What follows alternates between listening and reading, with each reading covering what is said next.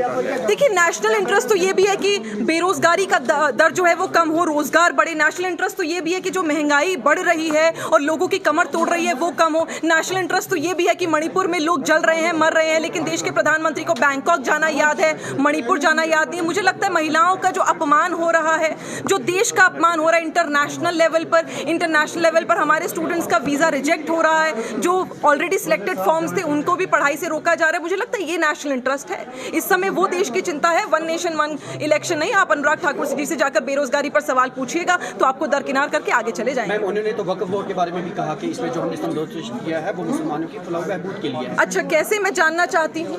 इन्होंने public purpose को redefine करा। जब आप रीडिफाइन कर ही रहे थे, मौका था, दस्तूर था, आपके पास समय था, आप रीडिफाइन करके आपने ये क्लॉज ये क्यों नहीं डाल दिया? आपने कलम उठा लिया था ना, कि आपने ये क्लॉज ये क्यों नहीं लिख दिया कि हम इसकी जो वक्फ की जमीन है वो सिर्फ पढ़ाई के लिए, स्कूल बनाने के लिए, कॉलेज बनाने के लिए, महिलाओं के लिए हेल्पिंग सेंटर्स बनाने के लिए, हॉस्पिटल बनाने के लिए इस्तेमाल करेंगे? आपने क्यों नहीं डाला? और आप बता दीजिए, तो कोर्ट भी पूछ रहा है आपसे, तिरुपति बालाजी पे क्या आप नॉन मुसलमान व्यक्ति को आप डालेंगे बोर्ड पे, जो आप एक नॉन मुस्लिम को वक्फ पे बिठाने की बात करते हैं? तो मुझे लगता है ये सारी चीज़ें जो कोर्ट ने सवाल पूछे, चाहे वो बायस्ड इंफॉर्मेशन की बात हो, क्योंकि कलेक्टर साहब के ऊपर भी बोला है, टिप्पणी करी है कोर्ट ने, तो ये लगता है कोर्ट का भी मामला है। कोर्ट ने इन्हें बोला भी है कि हम स्टे ऑर्डर लगा देंगे अगर आपने जबरदस्ती इसको इम्प्लीमेंट करने की कोशिश करी। तो अभी कोर्ट में कोर्ट के फैसले का इंतजार करना चाहिए। वो तो देखिए, जैसे मैंने कहा कि लगातार भारतीय जनता पार्टी संविधान के जो पन्ने हैं उनको जहन में फाड़ती आ रही है, और इनके सांसद नेता लगातार इस तरह के बयान दे रहे हैं कि सुप्रीम कोर्ट को जुडिशरी सिस्टम को खत्म कर देना चाहिए।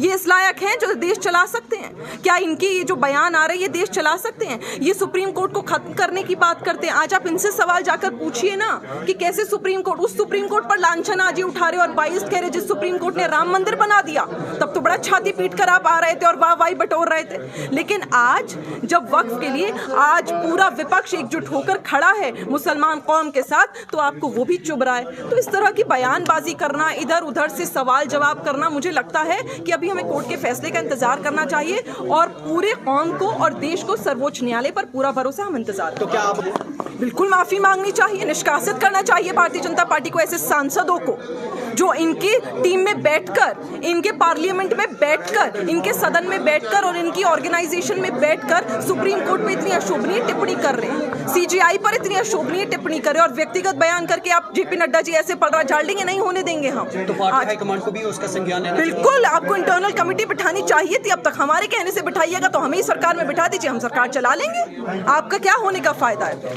तो मैम, जिस तरह ईडी, माफ करिएगा, मैंने आपको समझा। देखिए, भारतीय जनता पार्टी लगातार इतिहास को मिटाने की कोशिश कर रही है। जैसे मैंने प्रेस वार्ता में भी कहा कि नेशनल हेराल्ड एक आंदोलन है, वो स्याही से लिखा हुआ आंदोलन है, खून पसीना लगा है उसमें, उससे ब्रिटिशर्स थर-थर कांपते थे, आज भारतीय जनता पार्टी थर-थर कांप रही है। लेकिन याद रखिएगा, राहुल गांधी जी उस परिवार से आते हैं जिसके परिवार के हर सदस्य ने जेल देखी और देश की आजादी के लिए देखी है। हम में से कोई भी, चाहे राहुल गांधी हो, चाहे हमारा बूथ का कार्यकर्ता हो, हम जेल जाने से नहीं डरते। आप डालिए जेल में, हम फिर भी सच्चाई के लिए लड़ेंगे। तो क्या आपका ये कहना है कि जिस तरह आम आदमी पार्टी को ईडी के डर से खत्म किया, वैसे ही आप कांग्रेस को करने की कोशिश की? देखिए, दूसरी पार्टी का तो पता नहीं, पर हमारी पार्टी कांग्रेस पार्टी देश की आजादी से आती है, भारत छोड़ो आंदोलन शुरू करने वाली पार्टी है। हमने अपना पसीना नहीं, हमारे नेताओं ने अपना खून भी बहाया है और आगे भी बहाना पड़ेगा, तो हम तत्पर हैं। तो आज कश्मीर आई है, कोई खास विषय?